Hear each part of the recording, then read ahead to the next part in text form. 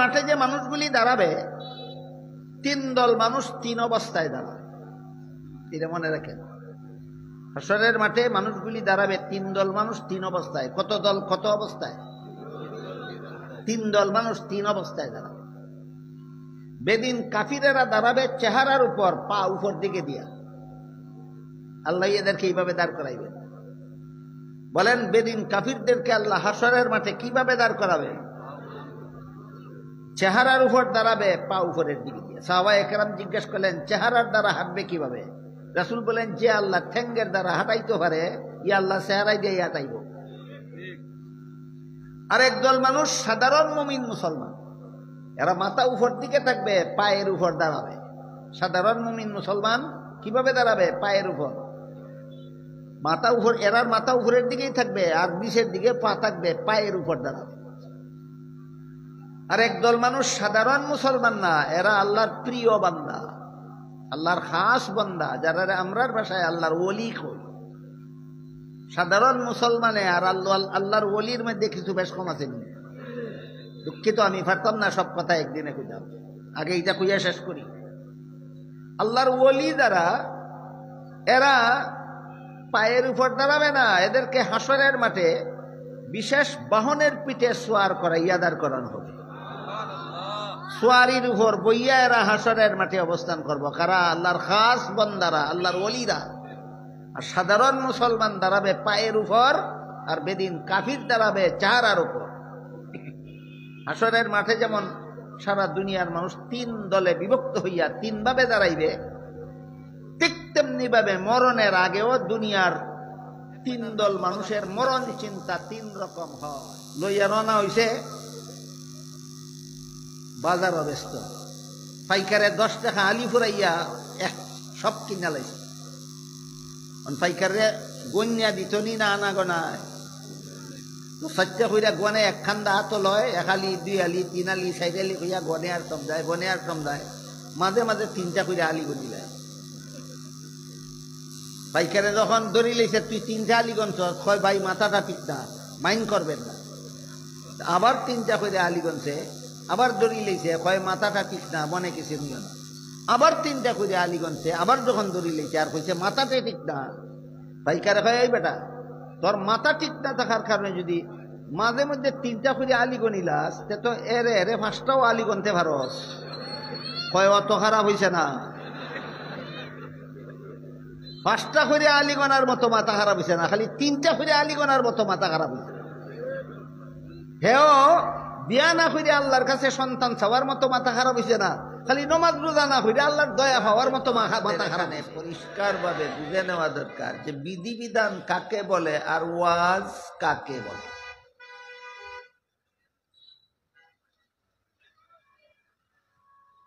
যেসব কাজ করতে আল্লাহ আদেশ করেছেন অথবা অনুমতি প্রদান করেছেন, আর যেসব কাজ করতে আল্লাহ, যে কারণে ব্যাপকভাবে আমাদের শ্রোতারাও জানে না যে বিধান কোনটা আর ওয়াজ কোনটা, যার কারণে বর্তমানে ওয়াজের নামে, তাফসীরের নামে, এই গত পরশুদিন মনে হয় এক মাহফিলে আমার আগে এক বক্তাকে আমার আগে বয়ান করতে দেওয়া হয়। কি বুঝাইলো মানুষে? কোন বিধান বুঝাই। এই সুযোগটা হইল কিভাবে? আমাদের শ্রোতারা জানে না বিধান কারে কয় আর ওয়াজ কারে কয়। এই কারণে আমি শুরুতেই আপনাদেরকে এই দুইটা কথা পরিষ্কার করলে কি পুরস্কার পাওয়া যাবে, আর আল্লাহর বিধান লঙ্ঘন করলে কি শাস্তি ভোগ করতে হবে, এই বিবরণের নাম হইল ওয়াজ। ফরজ, এটা বিধানের আয়াত। এই আয়াতে ওয়াজ করা হয়েছে না, বিধান বর্ণনা করা হয়েছে।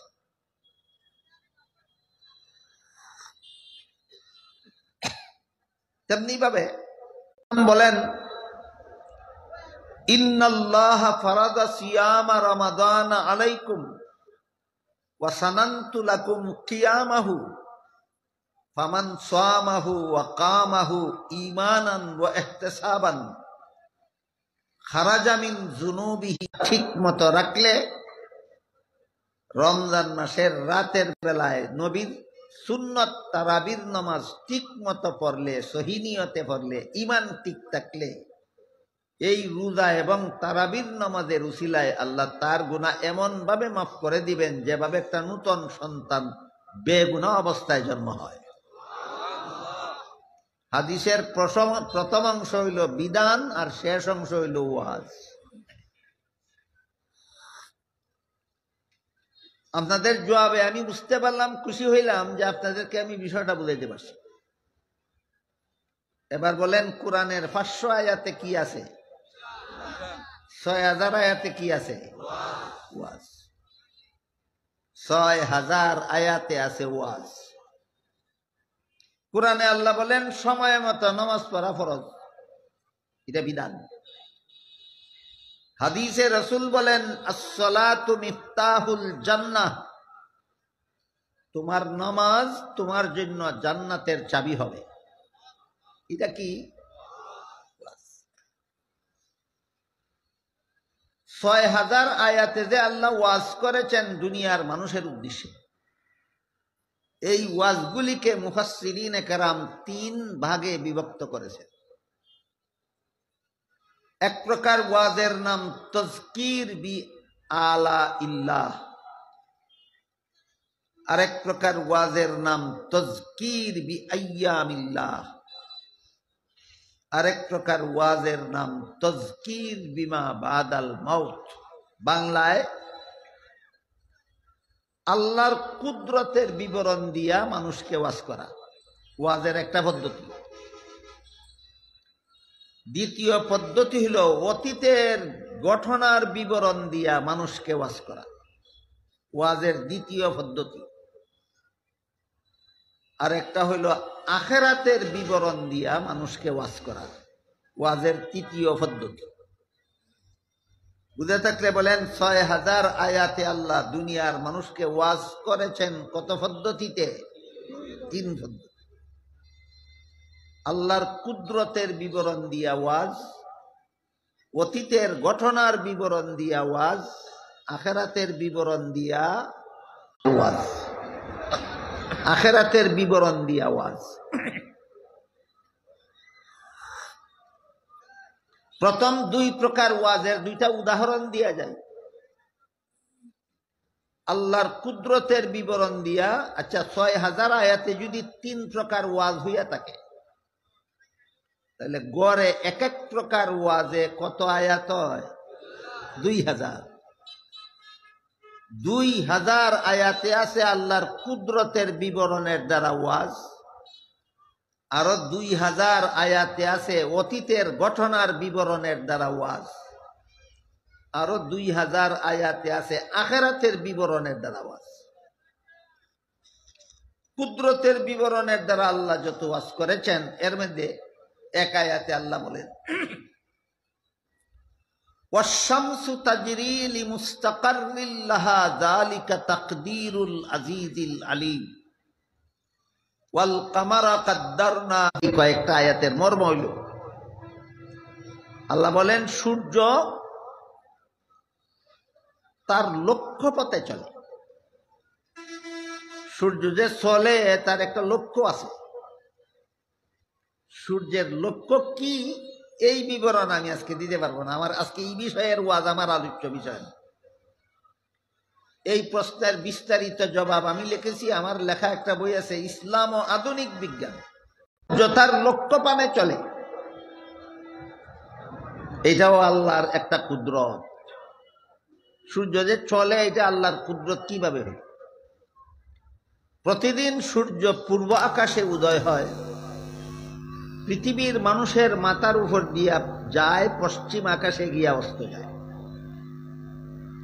আধুনিক বিজ্ঞানীরা বলেন সূর্যটা পৃথিবীর থেকে 13 লক্ষ গুণ বড়। কত বড়? সূর্যটা 13 লক্ষ টুকরা সমান সমান টুকরা হইলে একটা টুকরা হবে পৃথিবীর সমান।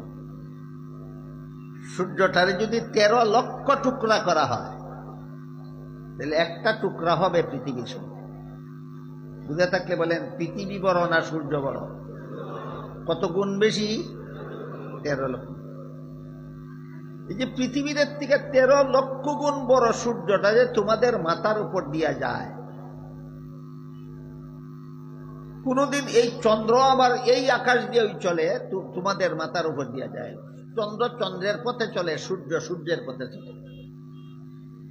কোনদিন একটার সাথে আর একটার সংঘর্ষ হয় না, একটার সাথে আর একটার টক্কর লাগে না, ঘর্ষণ লাগে না, অ্যাক্সিডেন্ট হয় না, দুর্ঘটনা হয় না। চন্দ্র সূর্য আকাশে টক্কর লেগে টুকরা টুকরা হয়ে তোমাদের মাথার উপর পড়ে না। কেন? এর কোনো চালক নাই। এই জন্য আল্লাহ বলেন, যালিকা তাকদীরুল আজিজিল আলীম। মহাজ্ঞানী মহাপরাক্রমশালী আল্লাহ পাক রব্বুল আলামিনের পরিচালনার কারণে এরা সুনিয়ন্ত্রিতভাবে পরিচালিত হয়। 13 লক্ষ গুণ বড় সূর্যটা শূন্যস্থানীতে তোমাদের মাথার উপর দিয়া যায়, কোনোদিন তোমার মাথার উপরে পড়ে না। কোনোদিন চাঁদের সাথে টক্কর লাগিয়া টুকরা টুকরা হইয়াও তোমাদের মাথার উপর পড়ে না। যদি কোনোদিন পড়ত, এক মুহূর্তে সারা পৃথিবীর সমস্ত মানুষ। অতীতের ঘটনার বলির বিবরণ দিয়ে আল্লাহ আরো 2000 আয়াতে বাস করেছে। 2000 আয়াতে আল্লাহ অতীতের ঘটনার বিবরণ দিয়ে দুনিয়ার মানুষকে ওয়াজ করেছে। অতীতের ঘটনা শুরু হয়েছে আদম সৃষ্টির থেকে নিয়ে। আদম আলাইহিস সালামকে সৃষ্টি করে আল্লাহ পাক রব্বুল আলামিন জান্নাতে দিলেন কিছুদিনের জন্য। কারণ সৃষ্টির আগেই বলেছেন, আপনাকে আমার খলিফা বানিয়ে দুনিয়াতে পাঠাই। ফেরেশতাদের সাথে আল্লাহ আগেই বলেছিলেন, আদমকে বানাইয়া আমার খলিফা হিসাবে দুনিয়াতে পাঠাই।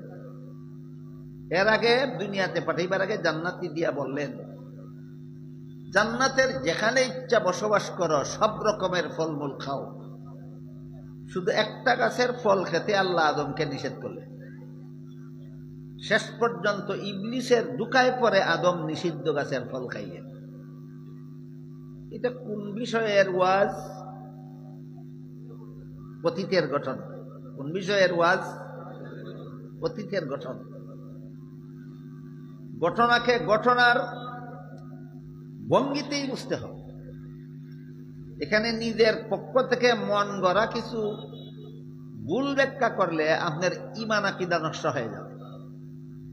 অথচ আমাদের সমাজে এমন পণ্ডিতের অভাব নাই যারা জান্নাতে আদমের নিষিদ্ধ গাছের ফল খাওয়ার ঘটনাকে মন গড়া ব্যাখ্যা করিয়া আদমকে গুনাহগার বানাইয়া ছাড়ে।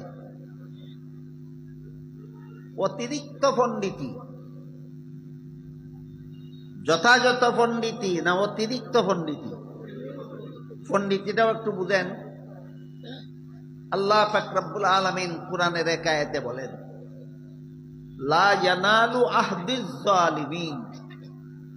গুনাহগারদেরকে আমি নবী বানাই না। কাকে নবী বানান না? কোন গুনাহগারকে নবী বানাই না। যাদেরকে নবী বানাই এরা জীবনে কোনোদিন গুনাহ করে না। এটা আল্লাহর একটা সমস্ত নবীগণের বেলা একটা সার্বজনীন মূলনীতি। সার্বজনীন মূলনীতি। এখন যদি আদমের নিষিদ্ধ গাছের ফল খাওয়াকে আপনি এমন ভাবে ব্যাখ্যা করেন যেভাবে ব্যাখ্যা করলে আদম গুনাহগার সাব্যস্ত হয়ে যায়, তাহলে আপনার এই ব্যাখ্যা মেনে নিলে কি আল্লাহর মূলনীতি ঠিক থাকে না লঙ্ঘন হয়? এটাই প্রমাণ তোমার ব্যাখ্যাটা ভুল।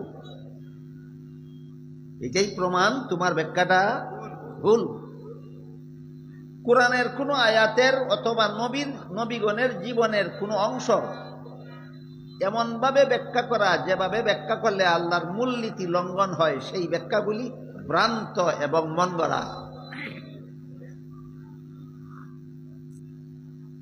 আমাদের সমাজে কিছু কিছু স্বঘোষিত কোরআনের পণ্ডিত আবির্ভাব হয় মাঝে মধ্যে। সে পূর্ববর্তী মুফাসসিরদের কাছ থেকেও কোরআন শিখে না, পরবর্তী মুফাসসিরদের কাছ থেকেও কোরআন শিখে না, নিজে নিজে কোরআন পড়ে আর মনে মনে বুঝে, আর যা বুঝে তাই লেখে। এরা হইল স্বঘোষিত পণ্ডিত। আর আল্লাহ আমাদের নবীকে বলেন সুম্মা ইন্না আলাইনা বায়ানা, আমি আপনার কাছে কোরআন নাজিল করি, আমি আপনাকে কোরআন শিক্ষা দেব। যে নবীর কাছে কোরআন নাজিল করলেন আল্লাহ নিজের সেই নবীকেও কোরআন শিক্ষা দিয়েছেন। নবী কোরআন নিজেই বুঝেছিলেন না আল্লাহর কাছে শিখেছিলেন? নবী যদি কোরআন আল্লাহর কাছে শিখেন, কোন পণ্ডিতের বাপে নিজেই কোরআন বুঝবো? এই ধরনের পণ্ডিতরা আদমের নিষিদ্ধ গাছের ফল খাওয়াকে মন গড়া ব্যাখ্যা করে আদমকে গুনাহগার সাজায়।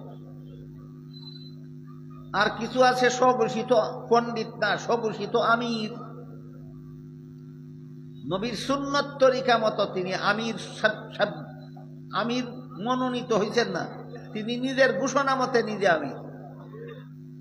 এটা কয় স্বঘোষিত আমির। এরকম একজন স্বঘোষিত আমির হইলেন সাদ সাহেব।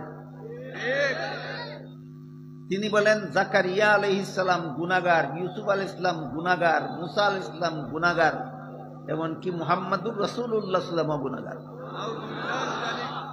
এই সমস্ত স্বঘোষিত পণ্ডিত আর স্বঘোষিত আমিরের মন্তব্য মান্না নিলে আল্লাহর মূলনীতি ঠিক থাকে না লঙ্ঘন হয়?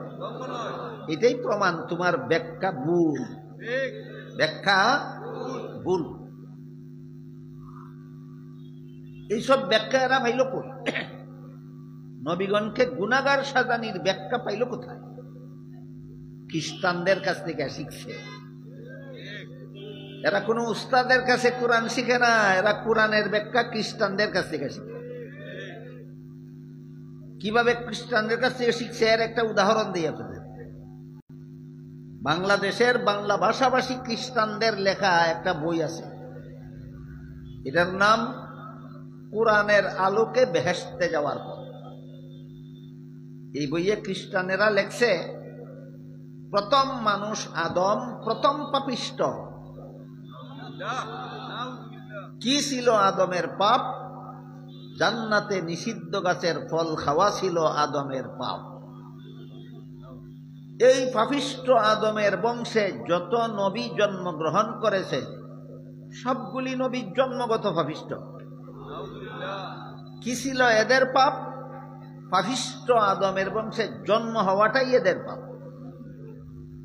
তারপরে লেখে এই জন্য আল্লাহ একজন নবীকে নিষ্পাপ বানাবার জন্য পাপিষ্ট আদমের বংশে জন্ম না দিয়ে আল্লাহ নিজের ঔরসে জন্ম দিলেন। তিনি হলেন হযরত ঈসা আলাইহিস সালাম। একমাত্র ঈসা নবী পাপিষ্ট আদমের বংশে জন্ম না হওয়ার কারণে নিষ্পাপ, আর বাকি সবগুলি নবী পাপিষ্ট আদমের বংশে জন্ম হওয়ার কারণে পাপিষ্ট। আমি ওইটার আলোচনা করতে যাব না, কতটুকু সঠিক বা কতটুকু বেঠিক বলবো। আমি বলতে চাই নবীগণকে পাপিষ্ট সাব্যস্ত করা মুসলমানের মতবাদ না খ্রিস্টানের মতবাদ? কাজেই স্বঘোষিত পণ্ডিতেই কোক আর স্বঘোষিত আমিরেই কোক, মুসলমান সমাজের ভিতরে যারা কোনো নবীকে পাপিষ্ট গুনাহগার বলে প্রচার করবে, প্রমাণ হয়ে যাবে এরা নিশ্চিত খ্রিস্টানের দালাল।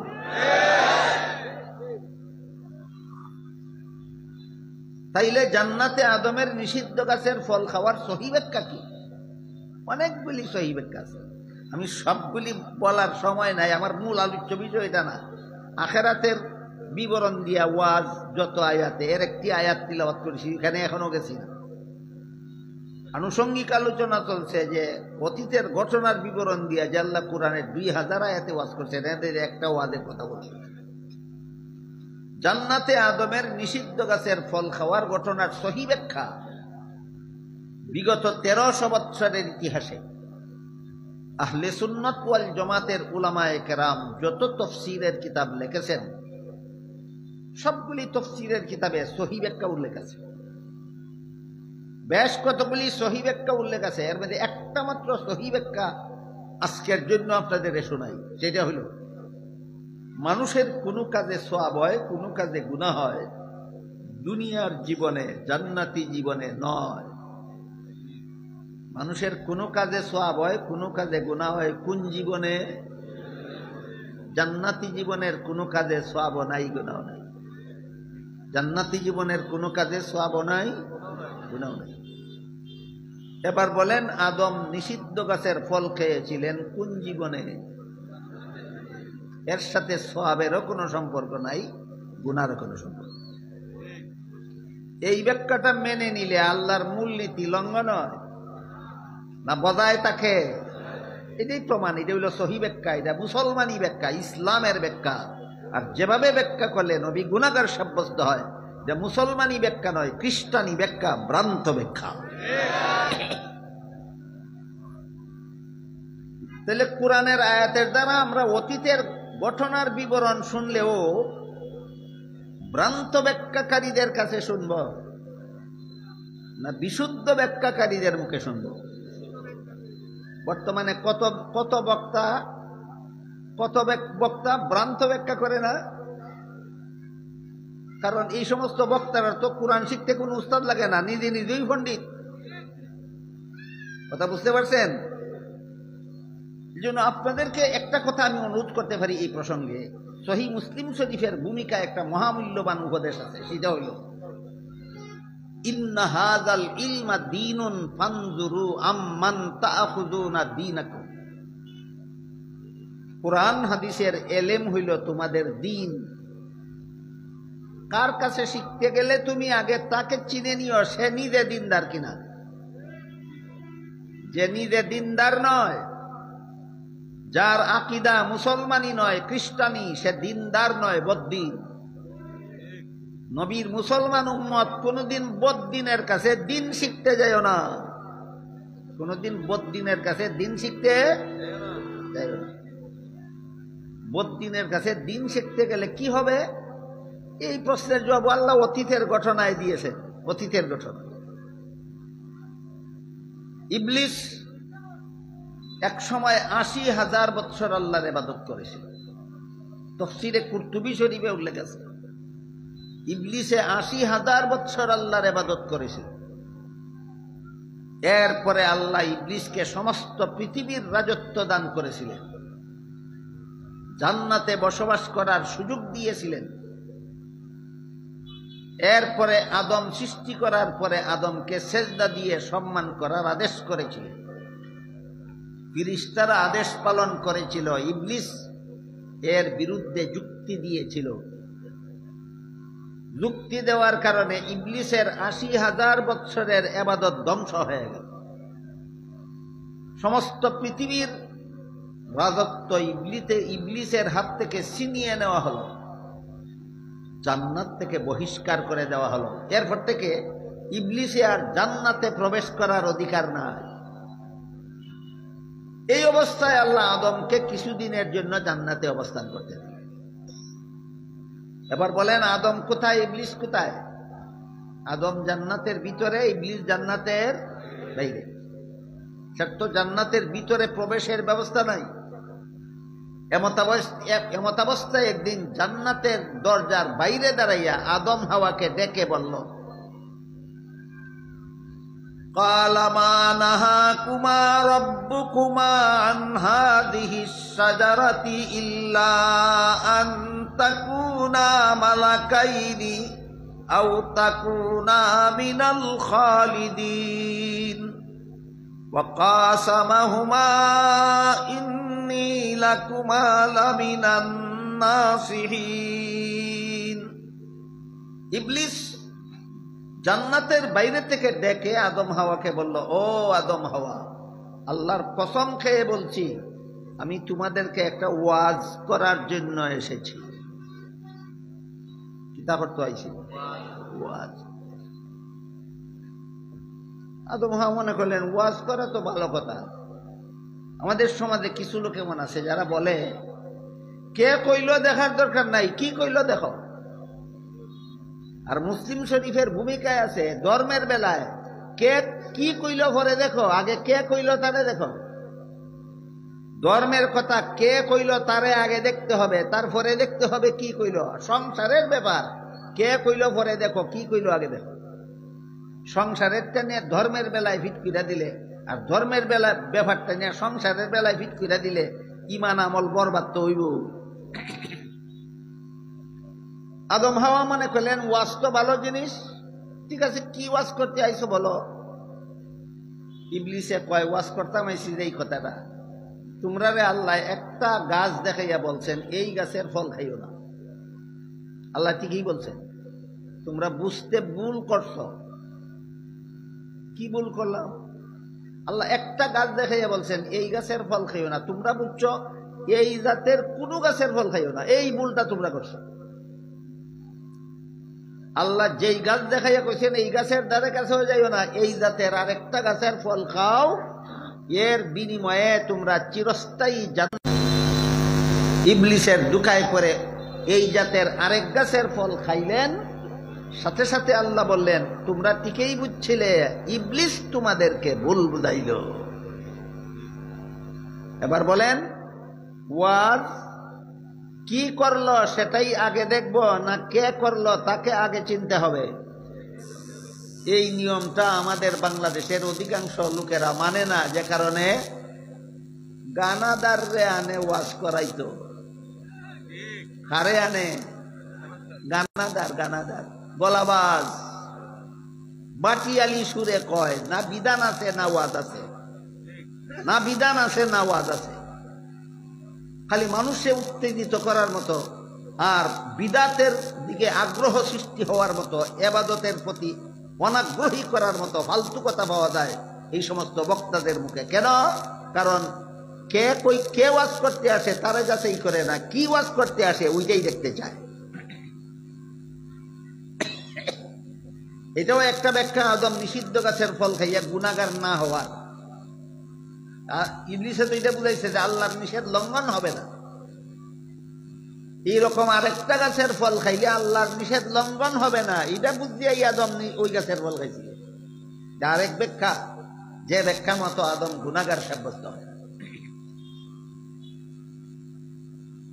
তাহলে যারা কোরআনের মন গড়া ব্যাখ্যা করে মানুষকে খ্রিস্টানি আকীদা বুঝায়, নবীগণকে গুনাহগার সাব্যস্ত করে, নবীগণের জীবন ইতিহাসের ভুল ব্যাখ্যা করিয়া মানুষকে যারা বদ্দিন বানায়, নবীগণকে গুনাহগার সাব্যস্ত করে, এদের ওয়াজ শুনতে যাব? দুই চারজনে না কইছে, কয়েক লাখ বলে যায়, লাখ লাখ মানুষ বলে এমন নয়া নয়া গজাইয়া ওঠা বক্তার মহাসম্মেলনে যায়, যেই বক্তার দলের লোকেরা নবীগণকে গুনাহগার সাজানি, ওই তাদের মিশন। নবীরে গুনাহগার সাব্যস্ত করা যাদের দলের মিশন, তার বক্তৃতায় তার মহাসম্মেলনে সারা দুনিয়ার মানুষ গেলে আমার কি আইলো গেল, যারা যাইব এরই বদ্দিন হইব। দিন আর বদ্দিন কারে কয় এটা বুঝানির লেগে আরেকটা কথা কই। আল্লাহ পাক রব্বুল আলামিন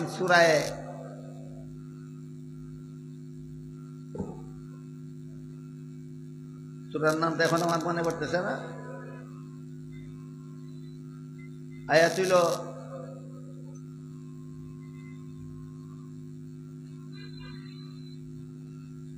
আকিমুদ্দিন, সূরা শুরার 13 নম্বর আয়াতে আল্লাহ বলেছেন আকিমুদ্দিন।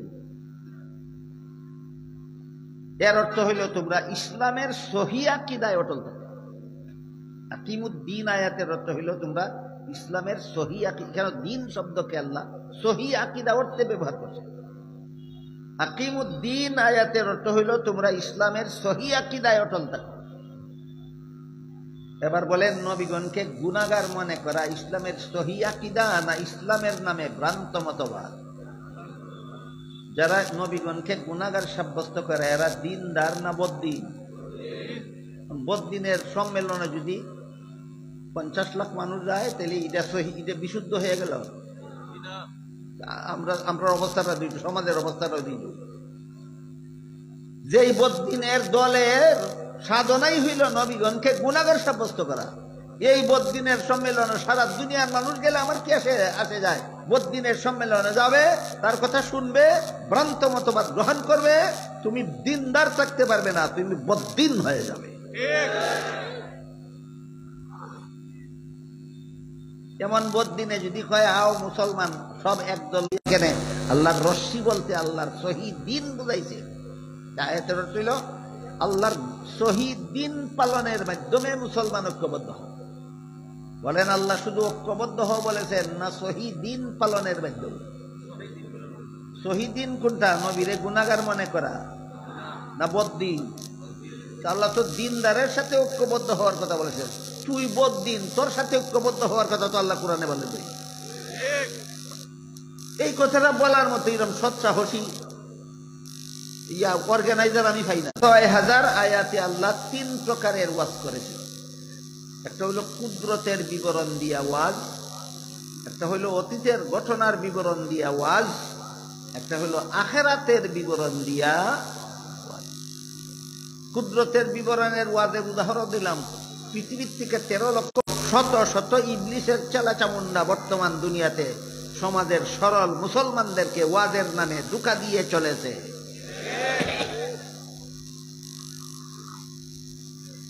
এগুলি যদি আমরা বুঝি না, এগুলির থেকে যদি শিক্ষা গ্রহণ করি না, তাহলে ৩ দিন ব্যাপী তাফসীরুল কোরআন সম্মেলনে বসে বসে মাথা ঝুলাবার কোনো ফলাফল নাই। এবার বলুন, আখিরাতের বিবরণের ওয়াজের আয়াত গড়ে কি পরিমাণ আছে? ২,০০০। এর মধ্যে একটি আয়াত আজকে আমি আপনাদের সামনে তিলাওয়াত করেছি। তাতে আল্লাহ বলেন, ওয়াত্তাকু ইয়াওমান তুরজাউনা ফীহি ইলাল্লাহি সুম্মা তুওয়াফফা কুল্লু নাফসিম মা কাসাবাত ওয়া হুম লা ইউযলামুন। ওই দিনকে ভয় করো যেদিন তোমাদের সবাইকে আল্লাহর কাছে ফিরে যেতে হবে এবং সমস্ত জীবনের সারা জীবনের সমস্ত কর্মফল ভোগ করতে হবে। বলেন তো, সমস্ত মানুষ কোন দিন আল্লাহর সামনে দাঁড়াইয়া জীবনের সমস্ত কর্মফল নিতে হবে? কিয়ামতের দিন। আয়াত বিধানের না ওয়াজের? হ্যাঁ, ওয়াজের। কোন প্রকারের ওয়াজ? আখিরাতের বিবরণ করা হবে না। এখানে কয়েকটা জরুরি কথা আছে বোঝার মতো। আমার মনে হয়, আমার আশঙ্কা হয়, আমার সমাজের বেশিরভাগ সরল মুসলমান এই জরুরি কথাগুলি জানে না। না জানার কারণে পদে পদে হুচটকায়, পদে পদে দুঃখা খায়। এই হুচটকাওয়ার হাত থেকে, দুঃখা খাওয়ার হাত থেকে সরল মুসলমানদের হেফাজতের জন্য এই প্রসঙ্গে আমার কয়েকটা জরুরি কথা আছে বলি। যে বিন্দু মাত্র অবিচার করা হবে না, যে আল্লাহ বলেছে। আল্লাহর বিচারে আল্লাহ কারো সাথে কোনো সময় বিন্দু মাত্র অবিচার করেন না। কেউ যদি মনে করে আল্লাহ মনে হয় আমার সাথে সামান্য অবিচার করেছেন, ২ নম্বর কথা হলো, শেষ বিচারের দিন হাসরের মাঠে আল্লাহ যদি কারো সাথে সুবিচার করেন, অবিচার তো করেনই না, সুবিচার যদি করেন, আল্লাহর রাসূল বলেন তোমার জাহান্নামে যাওয়া ছাড়া উপায় থাকবে না। অবিচার তো করেনই না, সুবিচার করলে তোমার জাহান্নামে যাওয়া ছাড়া উপায় থাকবে না। এটা ২ নম্বর কথা। ৩ নম্বর কথা হলো, তাহলে আমাদের জাহান্নাম থেকে রক্ষার উপায় কি? একমাত্র উপায় হইল আল্লাহর দয়া। এবার বলেন, শেষ বিচারের দিন সুবিচারে নাজাত পাবেন না আল্লাহর দয়ায়? এই ৩ কথা আমরা রিয়াদ রাখা। ১ নম্বর কথা, আল্লাহ কারোর সাথে বিন্দু মাত্র অবিচার করেন। ২ নম্বর কথা, সুবিচার যার সাথে করবেন তার জাহান্নামে যাওয়া ছাড়া রক্ষা নাই। ৩ নম্বর কথা হলো, আমাদের জাহান্নাম থেকে নাজাতের একমাত্র পথ আল্লাহর দয়া। আর ৩ কথা প্রসঙ্গে কিছু প্রশ্ন উত্তর। ১ নম্বর প্রশ্ন হইল, সুবিচার করলে আবার জাহান্নামে যাবো কেন? এক বান্দা যদি গুনায় একটাও না থাকে তার আমলনামায়, আর সবগুলি সওয়াব থাকে, তার সাথে সুবিচার করলে জাহান্নামে কেমনে দিবেন আল্লাহ? তারে কোন বিচারে? এই একটা প্রশ্ন। রাসূল করিম সাল্লাল্লাহু আলাইহি ওয়াসাল্লাম বিভিন্ন হাদিসে এই প্রশ্নের জবাব, চমৎকার জবাব দিয়েছেন। কোন হাদিস বুখারী শরীফে আছে, কোন হাদিস মুসলিম শরীফে আছে, আর একটা বিস্তারিত হাদিস আল মুস্তাদরাক লিল হাকিম নামক হাদিসের বিখ্যাত কিতাবে আছে। ওই হাদিসটা যেহেতু বিস্তারিত, বুখারী মুসলিমের হাদিসের ওই বিস্তারিত বিবরণ আছে ওই হাদিসে, ওই হাদিসের মর্মটা আমি আপনাদের শুনি। হাদিসে আল্লাহর রাসূল বলেন, দুনিয়াতে বনি ইসরাইলের বংশে একজন নেককার লোক ছিল, একাধারে 500 বছর পর্যন্ত আল্লাহর ইবাদত করেছিল নির্ভেজাল। কতদিন? কেমন ইবাদত? নির্ভেজাল।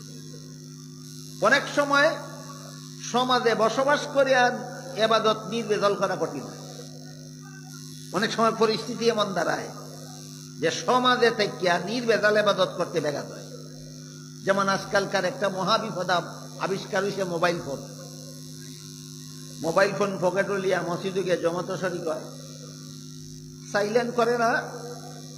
আর তার বন্ধুটাও এত বড় বুদ্ধিমান, নিয়ত বান্দার পরে যে রিং দিল, বেটা নমাজ অকার হয়েছে, এই কারণে রিসিভ করতে পারে না। সালাম ফিরানি রাখ পর্যন্ত এই বুথে রিং দিতেই থাকে। আরে তোরে বুথে ধরছি, তুই তো বুঝতে যে হেরি ধরতে পারছে না, আমি ফার্স্ট টাইম দিয়ে আবার করি। ইওয়াজ কে করতে হবে না, যে তো যার যার বিবেকের দ্বারা ইওয়াজ গ্রহণ করা দরকার। আল্লাহ রাসূল এক হাদিসে বলেছেন, ইস্তাফতি নাফসাকা। অনেক ব্যাপার আছে নিজের বিবেক থেকে শিখতে হয়। বাস নিয়ত বান্দার পর থেকে সালাম ফিরানি পর্যন্ত তার পকেট বাজনা বাজতে রইল। 60 মিনিট নামাজও কেমন মনোযোগী হইল বলেন? তাহলে সমাজও থেকে নির্ভেজাল ইবাদত চলনি করতে হবে। এই মোবাইল বলায় আজকাল মুসল্লিরে মসজিদে শান্তিতে নামাজ পড়তে দেয় না। আইলো যখন মোবাইলের কথাটা কইয়া যায়। বিভিন্ন কোম্পানির মোবাইলের মধ্যে রিংটোন সিস্টেম বিভিন্ন রকম থাকে। এর মধ্যে 15টা রিংটোন সিস্টেম আর যদি থাকে 13টাই থাকে বাজনা, 2টা থাকে বাজনা ছাড়া। একটা 2টা রিংটোন সিস্টেম বাজনা ছাড়া থাকে। বাজনা ছাড়া রিংটোন সেটিং করে না এই দেশের মুসলমানেরা, বাজনা রিংটোন সেটিং করে। এটা 1 নম্বর হারাম। মোবাইলে রিংটোন বাজনা সেটিং করা হারাম। এরপরে যখন কল আসলো, বাজনা বাজলো, সেটিং করবার সময় 1 হারাম করছো, আর যতবার কল আসবে ততবার বাজনা শোনার হারাম গুনাহ তোমার আমল নামায় লেখা হবে। মসজিদের ভিতরে বাজনা বাজানি রিডাবল হারাম। বাজনা বাজাইয়া মানুষের নমাজে ডিস্টার্ব করা তার চেয়েও বেশি হারাম। একটা মোবাইলে আমরা দৈনিক কত হাজার বার হারাম করায়। কারে ওয়াজ করবেন, কি ওয়াজ করবেন? ই জমানার ওয়াজ হইল কচু পাতায় পানি ডালার মতো। 7 দিন তফসির হইব, রাত 1টা পর্যন্ত বইয়া তফসির শুনব। মোবাইলের হারাম বাজনা রিংটনটা পাল্টাইতো না। তোমার 7 দিন তোমার কচু পাতা পানি ডালা হয়েছে, গুড়ার দিন কি ফায়দা হয়েছে 7 দিন তফসির শুনে? বর্তমান যুগে কিছু হারাম করতে করতে মুসলমানের এত বড় জঘন্যতম বদ অভ্যাস হয়ে গেছে যে এই হারামগুলিরে আর হারামই মনে করে না। এর মধ্যে একটা হইল মোবাইলের রিংটন বাজনা সেটিং করা হারাম, এটারে হারামই মনে করে না। 2 নম্বর হইল মানুষ পশুর ছবি তোলা হারাম, একমাত্র ঠেকা ছাড়া। অজদায়িত লোকে ফাস্টফুডও ছবি না লাগাইলে অজদায়িত পারে না, এখানে ছবি তুললে ফাস্টফুডও লাগাইছে। রঙে স্বাদে না টেকিয়া পথের খান্দা উবাইয়া যত মানুষ আয় আর যায়, তুমি যে উবাইয়া ফটো তোলাই টেকিয়া না রঙে? এই রঙের ছবি সবটুকু হারাম। হাদিস শরীফে আল্লাহ রসুল বলেছেন, এইরকম ছবি যারা তুলে, এরকম ছবি যারা যত্ন করে রাখে, এইরকম ছবি যারা ঘরে লটকে রাখে, হাসরের মাঠে সবচেয়ে কঠিন শাস্তি হবে তাদের, সবচেয়ে কঠিন শাস্তি হবে। এই হারাম রে বর্তমান সমাজের মুসলমানেরা হারামই মনে করে না। বাজনা হারাম, এটারে হারামই মনে করে না। গান হারাম, এটারে হারামই মনে করে না। ছবি তোলা হারাম, এটারে হারামই মনে করে।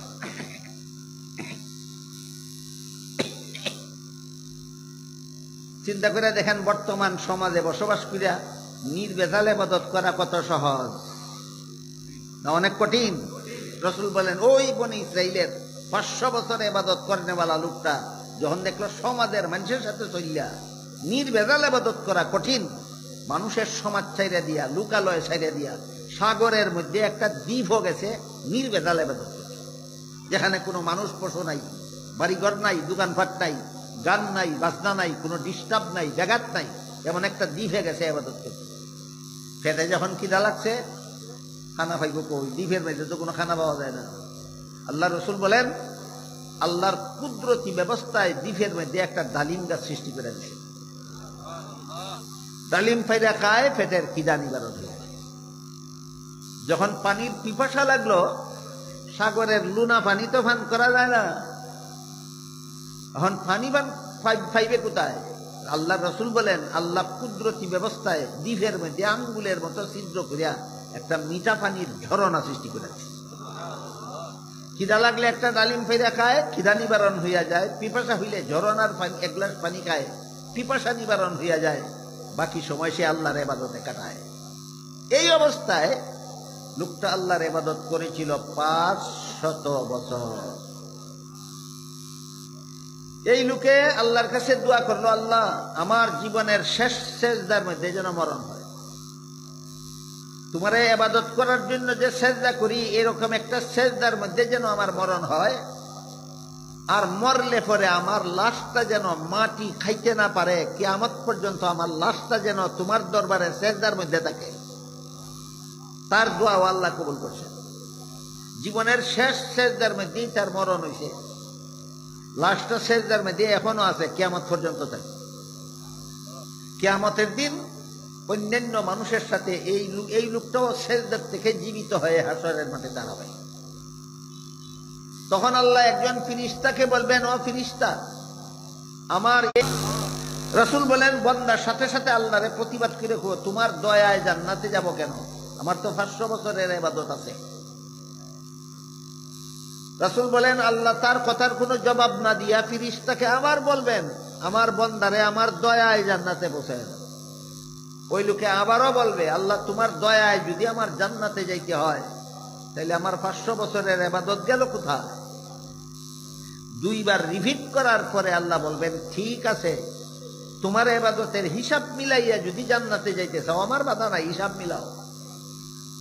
এই বলে হাসরের মাঠে আল্লাহর সাথে বান্দার হিসাব মিলানির জমা খরচ শুরু হবে। সর্বপ্রথম আল্লাহ তারে জিজ্ঞাসা করবেন, তোমারে যখন তোমার মায়ের গর্ভে আমি জন্ম দিয়া পাঠাইছিলাম, তখন যদি জগৎটা দেখার মতো 2টা চক্ষু আমি দয়া কইরা তোমারে না দিতাম, তাহলে তোমার 500 বছরের ইবাদত কোন হাসপাতালে বিক্রি করলে এরকম 2টা চক্ষু কিনতে পাওয়া যাইত? আল্লাহ বান্দারে জিজ্ঞেস করবেন হাসরের মাঠে, আমি যদি দয়া কইরা তোমার মায়ের গর্ভে তোমারে 2টা চক্ষু দিতাম না, অন্ধ বানাইয়া যদি জন্ম দিতাম, তোমার 500 বছরের ইবাদত আমেরিকার কোন হাসপাতালে বেচলে 2টা চক্ষু কিনতে পাওয়া যাইত? তাইলে বলো, তোমার 500 বছরের ইবাদতের দাম বেশি না আমার দেওয়া 2টা চোখের দাম বেশি? তখন বান্দা বলবে, না আল্লাহ, আমার 500 বছরের ইবাদতের মোকাবেলায় আপনার দেওয়া 2টা চোখের মূল্য অনেক বেশি। আমার 500 বছরের ইবাদতের দ্বারা আপনার দেওয়া 2টা চোখের মূল্য হয় না। আল্লাহ বলবেন, তুমি কইতেছো তোমার বিচারে হয় না, আমি মেনে নিলাম, তোমার 500 বছরের ইবাদত আমি গ্রহণ করলাম আমার দেওয়া 2টা চোখের মূল্য হিসাবে। এখন বলো, 2টা কানের মূল্য দিবে কে? আমার দেওয়া 2টা হাতের মূল্য দিবে কে? আমার দেওয়া 2টা পায়ের মূল্য দিবে কে? আমার দেওয়া 20টা আঙ্গুলের মূল্য দিবে কে? আমার দেওয়া 32টা দাঁতের মূল্য দিবে কে? আর 500 বছর আমার ইবাদত করতে গিয়া কত লক্ষ ডালিম খাইছিলা, সেইগুলির মূল্য দিবে কে? কত লক্ষ গ্লাস ঝরনার পানি পান করেছিলা, সেইগুলির মূল্য দিবে কে? তখন বান্দা জবাব দিতে পারবে না। আল্লাহর রাসূল বলেন, বান্দা যখন জবাব দিতে পারবে না, তখন আল্লাহ ওই আগের ফিরিস্তাকে বলবে, এই ফিরিস্তা, হে আমার পাওনা দিতে পারে না, এরা জাহান্নামে লইয়া যা। হুকুম পাইয়া ফিরিস্তা বান্দারে হেঁচড়াইয়া জাহান্নামের দিকে নিয়ে রওনা হবে। তখন বান্দায় চিৎকার দিয়া বলতে থাকবে, আল্লাহ দরকার নাই সুবিচারে, দয়া করে এই দেওয়াও। 16.5 আনার বুঝেছিনি? বুঝে থাকলে বলেন, হাসরের বিচারে নাজাত পাবেন আল্লাহর সুবিচারে না দয়া? এইভাবে ঘটনা দিয়ে আল্লাহ রাসূল হাদিস শরীফে বুঝাইছেন যে আল্লাহর দয়ায় নাজাত পেতে হবে, ইবাদত বন্দেগীর দাবিতে হাসরের বিচারে নাজাত পাওয়া যাবে না। গেল একটা জরুরি বিষয়। আর একটা জরুরি বিষয়, আমাদের দেশে কিছু বন্ড ফির আছে।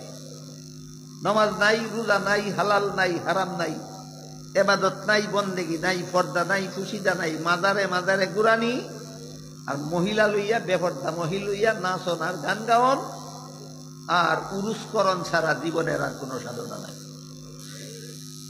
এগুলিরে ভণ্ড পীর কয়। কি পীর? ভণ্ড পীর। আমি দুঃখিত, আমার হাতে সময় কম, ক্লান্ত। আর আপনাদের এখান থেকে বাড়ি যাইতে রাত ফুয়ায় ফুয়ায় ডাক করবো, তা নইলে আমি আপনাদের শুনাইতাম ভণ্ড পীর আর কামিল পীরের পরিচয়। সংক্ষেপে কইলাই, কামিল ফিরে মুরিদ করে, মুরিদরে আল্লাহ চিনাইয়া দিত, মুরিদরে আল্লাহ চিনাইয়া দিত। আল্লাহরে যে চিনে সে আল্লাহর নাফরমানির সাহস করতে পারে না, আল্লাহর গুলামি ছেড়ে দিতে পারে না। আল্লাহরে চিননের ফল হইল। এই কারণে খাঁটি পীরে মুরিদ করে মুরিদানরে আল্লাহ চিনাইয়া দিত, আর ভণ্ড পীরে মুরিদ করে উরুসের জাল ফাতাইয়া ভক্ত মুরিদানের ধন সম্পদ চিনাইয়া নিত। একদল পীরে চিনাইয়া দিত আর একদল পীরে মুরিদ করে চিনাইয়া নিত। কি নিত? চিনাইয়া। উরুসের নামে জাল ফাতিয়া ভণ্ড মুরিদানের ধন সম্পদ চিনাইয়া নিত। এই হইল খাঁটি পীর আর ভণ্ড পীরের সহজ পরিচয়। এই সমস্ত ভণ্ড পীরেরা যখন এই ঘটনাটা শুনে যে আল্লাহর দয়া ছাড়া নাজাতের কোনো পথ নাই, তখন কয় মৌলবী রেগিয়া কইল, এই জন্যই আমরা নামাজ রোজা ইবাদত বন্দেগী করি। এই ইবাদতের দ্বারা ব্যস্ত যাওয়া যাবে না, ব্যস্তে যেতে হবে আল্লাহর দয়ায়। আমরা ওইটার আশায় আছি। দিলনি একটা গোল খাঁটি পীরের মুরিদান রে একটা গসা দিলনি, একটা গসা দিছে। একদিন এক বড় শিক্ষিত পণ্ডিতে আমারে কয়, হুজুর কিয়ামতের দিন আপনারা একটা গসা খাইবেন। গসা খাওয়া বুঝুন তো, দুকা দুকা খাওয়া। কিয়ামতের দিন আপনারা একটা দুকা খাইবেন। এবং কেমন? কয় আপনারা যারা আল্লাহর ইবাদত বন্দেগী নিয়ে জীবন কাটান, আপনারা সাথে যদি আল্লাহ সুবিচার কইরা বলে জাহান্নামে যাও, আর আমরা যারা নামাজ রোজার দাঁড়ারি না, আমরা যদি আল্লাহ দয়া কইরা কয় বেস্তে যাও, সে ঠকাটা খাইবেন। আমি কইলাম টিকিট তো, তাইলে তো ঠকা আমরা একটা খামই দিই। কেমন ঠকাটা খাইব? আমি তোমার একটা উদাহরণ দিয়া করি। সরকারে যদি তোমার মতো শিক্ষিত পণ্ডিতরা দেখো রাস্তার পাশে বইয়া বইয়া জুতা চিলাও, আর যত সব মুসিয়ার সামারে নিয়ে যদি সংসদ ভবন মন্ত্রী বানাইয়া বয়, যে তোমরার মতো শিক্ষিতরা যেরকম গোসা খাইবা, আমরাও ইবাদত করি কিয়ামতের দিন এরকম গোসা খাবো। হ্যাঁ, সরকারের মাথা খারাপ হয়েছে নি? অশিক্ষিতরা মন্ত্রী বানাইতো আর আমরা মুসি বানাইতো। আমি কই না, সরকারের মাথা খারাপ হয়েছে না, আল্লাহর কি হয়েছে? গুলামি করে যারা জাহান্নামা দিত, তোর মতো বন্ডরে ব্যস্ত দিত, আল্লাহর কি হয়েছে?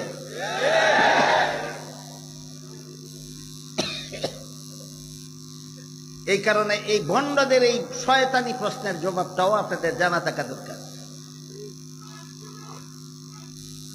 আল্লাহ পাক রব্বুল আলামিন কিয়ামত পর্যন্ত যত ভণ্ড এই প্রশ্ন করবে, এই কারণেই ইবাদত করি না, ইবাদতের দ্বারা জান্নাতে যাওয়া যাবে না, জান্নাতে যেতে হবে আল্লাহর দয়ায়। এই সমস্ত ভণ্ডের জবাব আল্লাহ ১৫০০ বছর আগে কোরআনে দিয়া রাখছেন। জবটা হইল, আল্লাহ বলেন ওয়াবতাগু ইলাইহিল ওয়াসিলা। এর মর্ম হইল জান্নাতে যেতে হবে আল্লাহর দয়ায়, আর আল্লাহর দয়া পেতে হবে ইবাদতের উসিলায়। এটার উদাহরণ হইল, বিয়া করলেই সন্তান পাওয়ার গ্যারান্টি আছে না সন্তান পাওয়া যায় আল্লাহর দয়ায়? এই কথা শুনিয়া হে আর বিয়াও করে না। হে যেই রকমের বুদ্ধিমান, বিয়া করলে তো সন্তান পাওয়ার গ্যারান্টি নাই, সন্তান পাওয়া যাবে আল্লাহর দয়ায়, কাজে আমি বিয়া করতাম না, আল্লাহ দয়া করে আমার সন্তান দিই। এ যেমন বুদ্ধিমান, ঠিক তেমনি ভাবে যারা হয় ইবাদতের দ্বারা বেহেশতে যাওয়া যাবে না, বেহেশতে যেতে হবে আল্লাহর দয়ায়, এই জন্য আমি ইবাদত করি না, আমি আল্লাহর দয়ায় বেহেশতে যাব, ওই রকমের বুদ্ধিমান। বলেন সন্তান দেওয়ার মালিক আল্লাহ, এই জন্য সন্তান পাওয়ার জন্য বন্দার উসিলা করার কিছু নাই। বিয়ার বেলায় বুঝে, এবাদতের বেলায় বুঝে না। এটা দেখো যাতে মাতাল তালে ঠিক, যাতে মাতাল তালে ঠিক। এক বেটার গাছও কলার শরী ভাগছে, লইয়া রওনা হইছে বাজার ব্যস্ত। পাইকারে 10 টাকা আলি ফুরাইয়া সব কিনা লাইছে। পাইকারে গন্যা দিত নি না আনা গনায় তো সত্যা কইরা গনে এক খান্দা হাত লয়, 1 আলি 2 আলি 3 আলি 4 আলি কইয়া গনে আর কম যায়, গনে আর কম যায়। মাঝে মাঝে 3টা কইরা আলি গনি যায়। পাইকারে যখন ধরি লইছে তুই 3টা আলি গনছ, কয় ভাই মাথাটা ঠিক না, মাইন্ড করবেন না। আবার 3টা কইরা আলি গনছে, আবার ধরি লইছে, কয় মাথাটা ঠিক না, মনে কিছু নিও না। আবার 3টা কইরা আলি গনছে, আবার যখন ধরি লইছে আর কইছে মাথাটা ঠিক না। পাইকারে কয় এই বেটা, তোর মাথা ঠিক না থাকার কারণে যদি মাঝে মধ্যে 3টা করে আলি গনিলাস, তো এরে এরে 5টাও আলি গনতে পারস। কয় অত খারাপ হইছে না, 5টা করে আলি গনার মতো মাথা খারাপ হইছে না, খালি 3টা করে আলি গনার মতো মাথা খারাপ হইছে। হেও বিয়া না করে আল্লাহর কাছে সন্তান চাওয়ার মতো মাথা খারাপ হইছে না, খালি নমাজ রোজা না করে আল্লাহর দয়া পাওয়ার মতো মাথা খারাপ হইছে। এই সমস্ত দান্দালি আর বাটপারি আল্লাহর দরবারে আল্লাহর সাথে চলবে না। আল্লাহর কোন ওলি বলেন, কারেহা বা খালকেদারি জুমলা রাস, কারেহা বা খালকেদারি জুমলা রাস, বা খুদা তদবির হিলা কায়রাওয়াস। সারা দুনিয়ার সমস্ত মানুষের সাথে দান্দালি বাটপারি কারচুপি করা যায়, কিন্তু আল্লাহ পাক রব্বুল আলামিনের সাথে দান্দালি আর বাটপারি করে রক্ষা পাওয়া যাবে না। আল্লাহ বলেন সেই দিনকে ভয় করো যেদিন সবাইকে আল্লাহর সামনে দাঁড়িয়ে জীবনের সকল কাজের হিসাব দিতে হবে এবং আপন আপন কর্মফল ভোগ করতে হবে।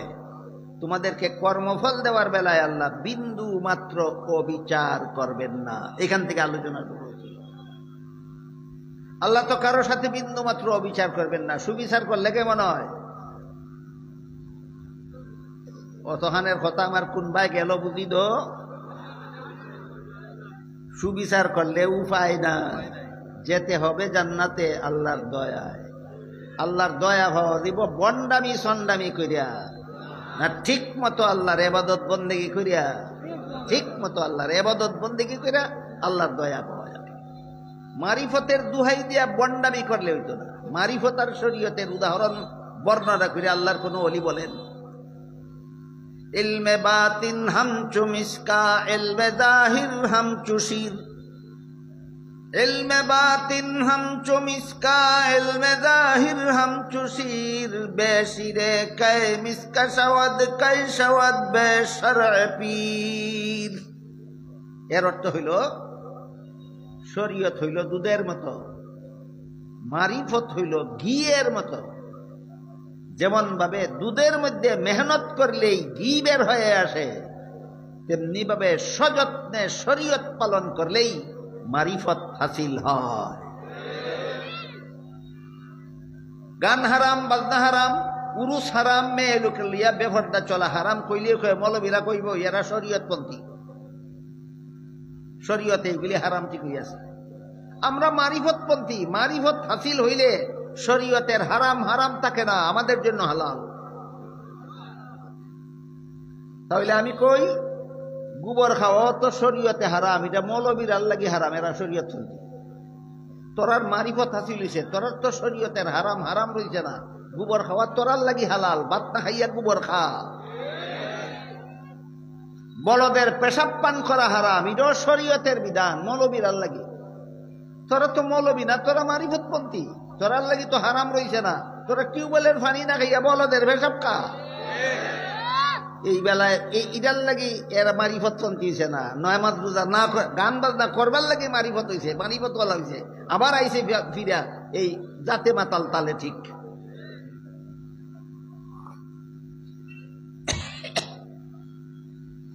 হাসরের মাঠে যে মানুষগুলি দাঁড়াবে তিন দল মানুষ তিন অবস্থায় দাঁড়ায়, এটা মনে রাখেন।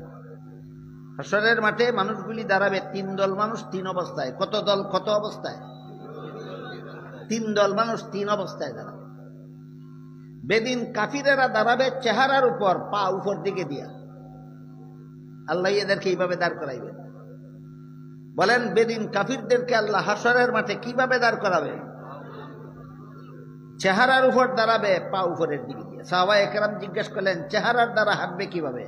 রাসূল বলেন যে আল্লাহ ঠ্যাঙ্গের দ্বারা হাঁটাইতে পারে, ই আল্লাহ চেহারাই দিয়ে হাঁটাইব। আরেক দল মানুষ সাধারণ মুমিন মুসলমান, এরা মাথা উপর দিকে থাকবে, পায়ের উপর দাঁড়াবে।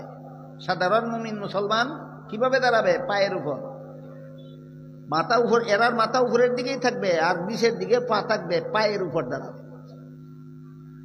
আর একদল মানুষ সাধারণ মুসলমান না, এরা আল্লাহর প্রিয় বান্দা, আল্লাহর খাস বান্দা, যারা আমরার ভাষায় আল্লাহর ওলি কই। সাধারণ মুসলমানে আর আল্লাহর ওলির মধ্যে কিছু বেশ কম আছে। দুঃখিত, আমি পারতাম না সব কথা একদিনে কইতাম, আগে এটা কইয়া শেষ করি। আল্লাহর ওলি যারা, এরা পায়ের উপর দাঁড়াবে না, এদেরকে হাসরের মাঠে বিশেষ বাহনের পিঠে সোয়ার করাইয়া দাঁড় করানো হবে। সোয়ারির উপর বইয়া এরা হাসরের মাঠে অবস্থান করবো। কারা? আল্লাহর খাস বান্দারা, আল্লাহর ওলিরা। আর সাধারণ মুসলমান দাঁড়াবে পায়ের উপর, আর বেদিন কাফির দাঁড়াবে চেহারার উপর। হাসরের মাঠে যেমন সারা দুনিয়ার মানুষ তিন দলে বিভক্ত হইয়া তিন ভাবে দাঁড়াইবে, ঠিক তেমনি ভাবে মরণের আগেও দুনিয়ার তিন দল মানুষের মরণ চিন্তা তিন রকম হয়। মরণের আগেও দুনিয়ার তিন দল মানুষের মরণ চিন্তা তিন রকম হয়। কত দল মানুষের মরণ চিন্তা কত রকম হয়? তিন রকম। একদল মানুষ বেদিন কাফির, এদের মরণ চিন্তা হইল যে মরণ তো একদিন লাগবই, এই বিশ্বাস কিন্তু আছে না নাই? যত রকমের বেঈমান কাফির নাস্তিক মুরশিদ যাই কিছু হোক না কেন, একদিন মরণ লাগবে, যে বিশ্বাস ভালো করে আছে। কোরআন শিক্ষা না, জীবনের অভিজ্ঞতার দ্বারা, জীবনের অভিজ্ঞতার দ্বারা এরা জানে মরণ তো একদিন লাগবেই।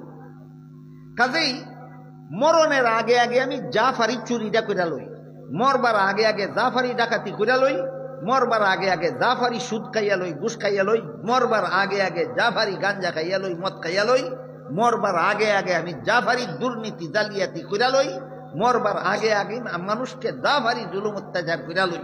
এটা হইল বেদিন কাফিরের মরণ চিন্তা। দুঃখের বিষয় বর্তমান দুনিয়ার বেশিরভাগ মুসলমানের মরণ চিন্তা হুবহু বেদিন কাফিরের মতো হয়ে গেছে। এই রকম মরণ চিন্তা কোন মুমিন মুসলমানের নয়, এটা বেদিন কাফিরের মরণ চিন্তা। মরণ যখন লাগবো ওইতে মরবার আগে জাফারি বাটফারি সাতফারি দুঃখাবাজি খুঁজালো। মরলে তো আর পারতাম না, মরলে তো আর সুদ খাইতাম পারতাম না, মরবার আগে জাফারি খাই যাই।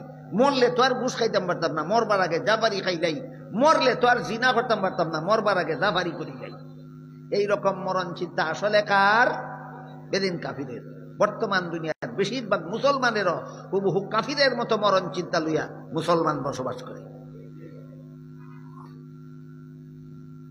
সাধারণ মুসলমানের মরণ চিন্তা হইল মরলে তো আর নামাজ রোজা ইবাদত বন্দেগী করতাম পারতাম না, মরণের আগে আগে জাফারি ইবাদত খুঁজা লই। মরলে পরে তো আর গুনাহ থেকে তওবা করতে পারতাম না, মরণের আগে আগে তওবা কইরা গুনাহটা ছাড়ি দিই। মরলে তো আর আল্লাহরে রাজি খুশি করতাম পারতাম না, মরণের আগে আগে আল্লাহরে রাজি খুশি করি যাই। এটা হইল সাধারণ মুসলমানের মরণ চিন্তা। আরেক দল খাস বান্দা আছে আল্লাহর, এরারে আল্লাহর ওলি কয়, এদের মরণ চিন্তা এই দুই দলের মরণ চিন্তার থেকে আলাদা। আল্লাহর খাস বান্দা যারা, আল্লাহর ওলি যারা, এদের মরণ চিন্তা এই দুই দল থেকে আলাদা। এরা মরণের আগে আগে সুদ ঘুষ খাওয়ারও চিন্তা করে না, মরণের আগে আগে ইবাদত বন্দেগী জাফারি কইরা লই, এটা নিয়ে এরা কোনো টেনশনও করে না, সবসময় ইবাদত বন্দেগীতে লিপ্তই থাকে। এরার মরণ চিন্তা হইল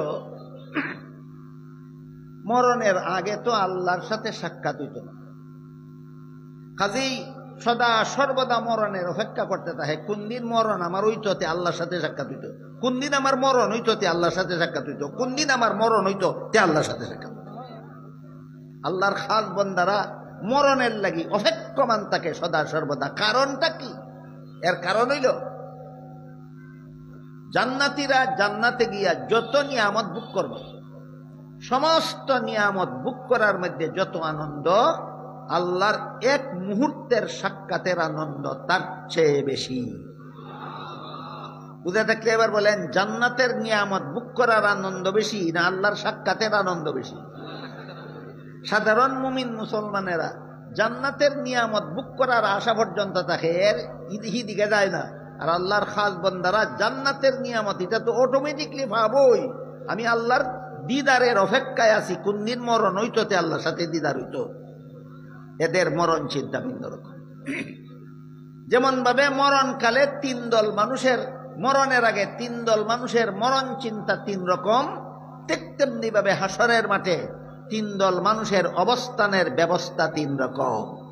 এক দলে চেহারার উপরে দাঁড়াবে, এক দলে পায়ের উপরে দাঁড়াবে, এক দলে বাহনের উপর শোয়ার অবস্থায় হাসরের মাঠে অবস্থান করবে। হাসরের মাঠের হিসাব নিকাশ দুই প্রকার। একদল মানুষের হিসাব হবে না, বিনা হিসাবে জান্নাতে চলে যাবে। আরেক দল মানুষ বিনা হিসাবে জাহান্নামে চলে যাবে। আরেক দল মানুষের হিসাব হবে সহজ, হিসাবের দ্বারা সাব্যস্ত হবে তুমি জান্নাতি। আরেক দল মানুষের হিসাব হবে কঠিন, হিসাবের দ্বারা সাব্যস্ত হবে তুমি জাহান্নামী। কত লইল কইতাম নিয়ে যাব। ৬০ দলের পরিচয়টা কইলাই আপনারা যাতে বুধ পাই লইতে পারেন আপনারা কে কোন দল আসুন, এইটার লাগে ৬০ দলের পরিচয় আমি বুঝলে আমি মনে মনে টের পাবো আমি কত নম্বর দলে আছি। আর এটা প্রত্যেকটা মুসলমানের টের পাওয়া দরকার যে আমি কত নম্বর দলে আছি। হাসরের মাঠের হিসাব নিকাশের বেলায় সারা দুনিয়ার সমস্ত মানুষ ৪ দলে বিভক্ত হবে। এক দল হবে বিনা হিসাবে জান্নাতি, এক দল হিসাবে বিনা হিসাবে জাহান্নামী, এক দলের হিসাব হবে সহজ, সাব্যস্ত হবে হিসাবের দ্বারা তুমি জান্নাতি, আর এক দলের হিসাব হবে কঠিন, হিসাবের দ্বারা সাব্যস্ত হবে তুমি জাহান্নামী। কত লইল? ৪ দল। প্রথম দলের পরিচয়, হাসরের মাঠে যাদের আমল নামায় শুধু সওয়াবই পাওয়া যাইব, গুনাহ একটাও নাই। হাসরের মাঠে যাদের আমল নামায় শুধু সওয়াবই পাওয়া যাইব, গুনাহ একটাও নাই। গুনাহ একটাও নাই হওয়ার বিভিন্ন পদ্ধতি আছে। এর মধ্যে একটা পদ্ধতি হলো হাদিস শরীফে রাসূল করিম সাল্লাল্লাহু আলাইহি ওয়াসাল্লাম বলেন, আত-তাইবু মিনাজ যামবি কামাল্লা যামবালা। শত গুনাহ করেছে এক বান্দা, ১০০০ গুনাহ করেছে, লক্ষ গুনাহ করেছে, কিন্তু জাহান্নামের শাস্তির ভয়ে যথারীতি তওবা করে গুনাহ ছেড়ে দিয়েছে, আর কোনোদিন গুনার পথে ফিরে যায়নি। আল্লাহর রাসূল বলেন তার আমল নামার সমস্ত গুনাহ মুছে ফেলা হয়। আমল নামার সমস্ত গুনাহ মুছে ফেলা হয়। হাসরের মাঠে তার আমল নামায় দেখা যাবে যা লেখা আছে সওয়াব, ওই গুনাহ একটাও নাই। বলেন গুনাহ ছিল কিনা? নাই। কেন? তওবা করে ছাড়ি দিছে আর জাহান্নামের ভয়ে আর কোনোদিন গুনার পথে ফিরিয়া গেছে না। আল্লাহ কইবেন তোমার হিসাব নিকাশ লাগতো না, বিনা হিসাবে জান্নাতে যাও। আপনারা যারা বসা আছেন বলুন, এই সুযোগ কি আমাদের আছে? সুযোগ আছে, শুধু গ্রহণ করার অভাব। সুযোগ কি আছে আপনাদেরকে বলে দেওয়ার জন্য তাফসীর সম্মেলন, আর গ্রহণ করার জন্য আপনাদের যোগদান। তাফসীর সম্মেলন হলো সুযোগটা আপনাদেরকে চিনাবার জন্য, আর আপনাদের যোগদানটা হলো সুযোগটা গ্রহণ করার জন্য। গেল বিনা হিসাবে একদল জান্নাতে যাবে, এদের পরিচয়। এক হাদিসে উল্লেখ আছে রাসূল করিম সাল্লাল্লাহু আলাইহি ওয়াসাল্লাম বলেন, আল্লাহ আমাকে বলে দিয়েছেন আমার উম্মতের ৭০,০০০ ব্যক্তিকে আল্লাহ বিনা হিসাবে জান্নাতে দিবে। কতজন? বলা মাত্রই হযরত উমর জিজ্ঞাসা করেন, ওগো আল্লাহর রাসূল, আল্লাহ নিজের পক্ষ থেকে বলেছেন আপনার ৭০,০০০ উম্মতকে জান্নাতে দিবে বিনা হিসাবে, আপনি কেন বললেন না যে এই সংখ্যাটা আরো বাড়াইয়া দিন? আপনি এই সুপারিশটা করলেন না কেন? তাহলে দেখা গেল উম্মতের জন্য খলিফা উমরেরও দরদ ছিল। উমর বলেন আপনি কেন সংখ্যাটা বাড়াবার জন্য আল্লাহর কাছে সুপারিশ করলেন না? রাসূল বলেন আমি সাথে সাথেই আল্লাহর কাছে সুপারিশ করেছি, হে আল্লাহ আমার বিনা হিসাবে জান্নাতি উম্মতের সংখ্যাটা আরো বাড়াইয়া দিন। উমর বলেন সুপারিশ করে কি পাইছেন সেটা বলুন। সুপারিশ করার পরে আল্লাহ কি জবাব দিলেন সেটা বলুন। রসুল বলেন সুপারিশ করার পরে আল্লাহ বলে দিলেন যে আমার দেওয়া আমার দেওয়া 70,000-এর প্রতি হাজারের সাথে আপনার সুপারিশের কারণে আরো 70,000, আরো 70,000, আরো 70,000 করিয়া আপনার উম্মতকে আমি বিনা হিসাবে জানাতে দেব। অঙ্কটা এখন কেমন কিভাবে হবে? 70,000 যোগ 70,000 না 70,000 পূরণ 70,000 সমান 490 কোটি। মুহাম্মদুর রাসূলুল্লাহর উম্মতের মধ্য থেকে 400 কোটি আরো 90 কোটি উম্মতকে আল্লাহ বিনা হিসাবে জান্নাতে দিবেন। লাইনও তখন লাগুনি, লাইন কইছিনি, বিনা হিসাবে জান্নাতে যাওয়ার লাইন আছে নি একটা।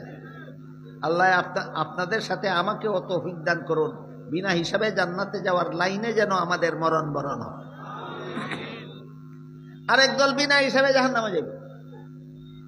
বিনা হিসাবে জাহান্নামে কারা যাবে? যাদের হাসরের মাঠে যাদের আমল নামায় দেখা যাবে যা আছে গুনাহ ওই লেখা আছে, সব একটাও নাই, সব একটাও নাই। এর পদ্ধতি বিভিন্নটা আছে, এর মধ্যে একটা পদ্ধতির বিবরণ দিয়ে আল্লাহ কোরআনের এক আয়াতে বলেন, وَمَنْ يَرْتَدِدْ مِنْكُمْ عَنْ دِينِهِ فَيَمُتْ وَهُوَ كَافِرٌ فَأُولَئِكَ حَبِطَتْ أَعْمَالُهُمْ فِي الدُّنْيَا وَالْآخِرَةِ। আল্লাহ বলেন, হে মুমিন মুসলমানেরা, তোমাদের মধ্য থেকে যদি কেউ মুরতাদ হয়ে যায়, এই মুরতাদ কোরআনের ভাষা কারে কয়? ওই মুমিন মুসলমানকে বলে যে আগে ইসলামের বিধানে বিশ্বাসী ছিল, পরে ইসলামের বিধানের বিরুদ্ধে যুক্তি দেয়। আগে বিশ্বাসী ছিল, পরে যুক্তি দেয় বিরুদ্ধে। আগে বিশ্বাসী ছিল, পরে বিরুদ্ধে যুক্তি দেয়। আপনারা যে সমাজে বাস করেন, এই সমাজে লক্ষ লক্ষ নয় কোটি কোটি মুসলমান এমন আছে যারা জীবনের শুরুতে ইসলামের বিধানে বিশ্বাসী ছিল, এখন ইসলামের অনেকগুলি বিধানের বিরুদ্ধে যুক্তি দেয়। এর মধ্যে একটা উদাহরণ দেই, মাত্র একটা। আল্লাহ পাক রব্বুল আলামিন সূরা আহজাবের 33 নম্বর আয়াতের শুরুতে বলেন, وَقَرْنَ فِي بُيُوتِكُنَّ وَلَا تَبَرَّجْنَ تَبَرُّجَ الْجَاهِلِيَّةِ الْأُولَى। হে মুসলমান মহিলারা, তোমরা যার যার ঘরে থাকো, যার যার ঘরে থাকো। কোন সূরার কত নম্বর আয়াতে? সূরা আহজাবের 33 নম্বর আয়াতের শুরুতেই বলেছেন মুসলমান মহিলারা যার যার ঘরে থাকো। এখন যদি কেউ কয় পুরুষ পথে ঘাটে হাটে মাঠে শহরে বন্দরে যেখানে সেখানে বুরকা ছাড়া ছাত্রী ছাড়া চলাফেরা করতে পারে, মহিলারা বসবাসের ঘরে বসে থাকবে কেন? কিসের বিরুদ্ধে যুক্তি দিল? সাথে সাথে বেঈমান ইবলিসে দিছিল নি যুক্তি। কতদিনের ইবাদত বরবাদ? তুমি 1000 বছর ইবাদত করছো, আল্লাহর বিধানের বিরুদ্ধে যুক্তি দিছ। ইবলিসের কাহিনী আল্লাহ কোরআনের শুরু থেকে শেষ পর্যন্ত বারবার বারবার বারবার বলছেন কেন? এইটা বোঝাবার জন্য। এই ইবলিসের পদ্ধতি না, অতীত জীবনে যত ইবাদত বন্দেগী করো না কেন, এক সময় আল্লাহর বিধানের বিরুদ্ধে যুক্তি দিবা, ইবলিসের মতো তোমার সারা জিন্দেগীর বন্দেগী বরবাদ হয়ে যাবে। হাকিমুল উম্মত হযরত আল্লামা আশরাফ আলী থানভী রাহমাতুল্লাহি আলাইহি আল মাসালিহুল আকলিয়া নামক কিতাবে লিখেছেন, ইসলামে এমন কোন বিধান নাই যার পক্ষে চূড়ান্ত কোনো যুক্তি নাই, কিন্তু ইসলামের সকল বিধানের যুক্তি বুঝার যোগ্যতা সকল পণ্ডিতের মাথায় নাই। যুক্তি নাই না বুঝার যোগ্যতা তার মাথায় নাই। মহিলাদেরকে আল্লাহ ঘরে থাকতে বলছেন কেন? যুক্তি নাই না, পণ্ডিতের মাথায় যুক্তি বুঝার যোগ্যতা নাই। আপনাদের মাথায় আছে কিনা আমি একটু পরীক্ষা করব। আল্লাহ মহিলাদেরকে সৃষ্টিগতভাবেই 5টা দায়িত্ব দিয়েছেন আলাদা, একটাও কোনো পুরুষে পালন করার ক্ষমতা রাখে না। 1 নম্বর, প্রতি মাসে মাসে মাসিক ঋতুস্রাবের ঝামেলা সহ্য করা। 2 নম্বর, প্রতিটি সন্তানকে গর্ভে ধারণ করা। 3 নম্বর, প্রতিটি সন্তানের প্রসব বেদনা সহ্য করা। 4 নম্বর, প্রতিটি সন্তানকে স্তনের দুধ পান করানো। 5 নম্বর, সন্তান নিজে নিজে চলাফেরা করার যোগ্য হওয়ার আগ পর্যন্ত সন্তানের লালন পালন করা। এবার বলেন মহিলাদের আলাদা ডিউটি কটা? 5টা। এর মধ্যে মাসিক ঋতুস্রাব চলাকালে সারাদিন অফিসের চেয়ারে বসে থাকা সুবিধা না বসবাসের ঘর সুবিধা? সন্তান গর্ভে নিয়া খেতে খামারে পুরুষের কাঁধে কাঁধ মিলিয়ে কাজ করা সুবিধা না বসবাসের ঘর সুবিধা? সন্তান প্রসবের সময় সংসদ ভবন সুবিধা না বসবাসের ঘর সুবিধা? সন্তানকে স্তনের দুধ পান করাবার সময় গাড়ির ড্রাইভিং সিট সুবিধা না পুলিশ ক্যাম্প না বসবাসের ঘর? সন্তানকে পেশাব পায়খানা করানি, খাওয়ানি, গোসল করানি, ঘুম পাড়ানির জন্য হাট বাজার সুবিধা না বসবাসের ঘর? তাহলে আল্লাহ মহিলাকে বসবাসের ঘরে থাকতে বলেছেন, অযৌক্তিক না চূড়ান্ত যুক্তিসম্মত? ইবলিসের চেলা সামুন্দাদের যুক্তি মাথায় ধরে না, আল্লাহর বিধানের বিরুদ্ধে যুক্তি দেয়। আল্লাহ বলেন সাথে সাথে মুরতাদ, সাথে সাথে। ইবলিসের যেমন ইবাদত বন্দেগীর সমস্ত ইবাদত বন্দেগীর সওয়াব ধ্বংস, এই সমস্ত মুরতাদদের ইবাদত বন্দেগীর সওয়াব ধ্বংস। হাসরের মাঠে দেখা যাবে তার আমলনামায় যা লেখা আছে গুনাহ ওই লেখা আছে, সওয়াব একটাও নাই। বুঝি থাকলে হুকাসা বখল সওয়াব আসিল না নি গেল হো মূর্ত দইয়া মুছিলাইছে, মূর্ত দইয়া মুছিলাইছে। আল্লাহ কইবা হিসাব নিকাশ থাকতো না, বিনা হিসাবে জাহান্নামে যা। কদল গেল। আমি আগেই কইছি দল চিনলে প্রত্যেকে টের পাবেন আপনি কত নম্বর দলে আছেন, টের পাবেন। আর বাকি রইল দুই দল। রাসূল বলেন এক দলের হিসাব হবে সহজ, এক দলের হিসাব হবে কঠিন। সাহাবায়ে কেরাম জিজ্ঞেস করেন হাসরের মাঠে সহজ হিসাব কোনটা আর কঠিন হিসাব কোনটা? রাসূল বলেন যাদের আমল নামা আল্লাহ দেখাবেন, দেখাইয়া বলবেন তুমি তো নিয়মিত আমার গোলামি করছো, ইবাদত বন্দেগী করছো, ফাঁকে ফাঁকে কিছু ত্রুটি বিচ্যুতি করছো। যেমন নিয়মিতই 5 বেলা ফরজ নামাজ পড়ে, অগত্যা একদিন যাওয়া বাজারের তফসির থেকে বাড়ি গিয়া ঘুমাইতে ঘুমাইতে রাত বাজছে 3টা, ফজরের সময় ঘুম ভাঙছে না। একদিনের ফজরের নামাজ গেল, হয়নি। এরকম রেগুলার না অ্যাক্সিডেন্টলি? অ্যাক্সিডেন্ট, ফাঁকে বুকে তোমার কিছু গুনাহ খাতা হয়ে গেছি। আল্লাহ রসুল বলেন আল্লাহ ইটা দেখাইয়া কইবা ওই যেটা করছো ইটার উছিলায় যেটা করতে পারছো না মাফ করে দিলাম। রসুল বলেন হিসাবটা সহজ, হিসাবটা সহজ। এটা বোঝার জন্য আমি সহজ একটা হিসাব, সহজ একটা উদাহরণ দেই শুনেন। গুড় চিনেন আপনারা? গুড় কি দিয়ে বানায়? কুইয়াইরের রস না হইলে খেজুরের রস দিয়া। একটা হুকনা, একটা তরল, তরলটাতে কি গুড় কো? মরসা গুড়।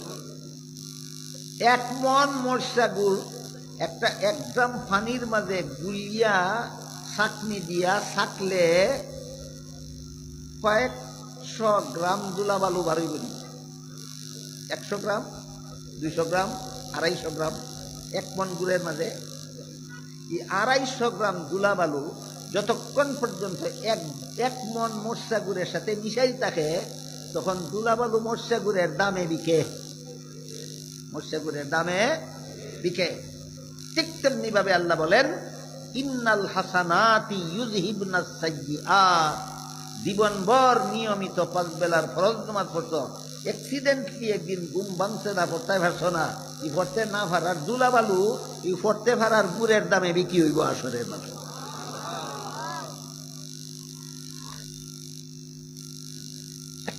এখন কৌকা আপনার কাছে আছে 1 কেজি মরসা গুড়, এটার মাঝে মিশাইছো না আরো আধা কেজি দুলাবালু, কোন পাগলে কিনব?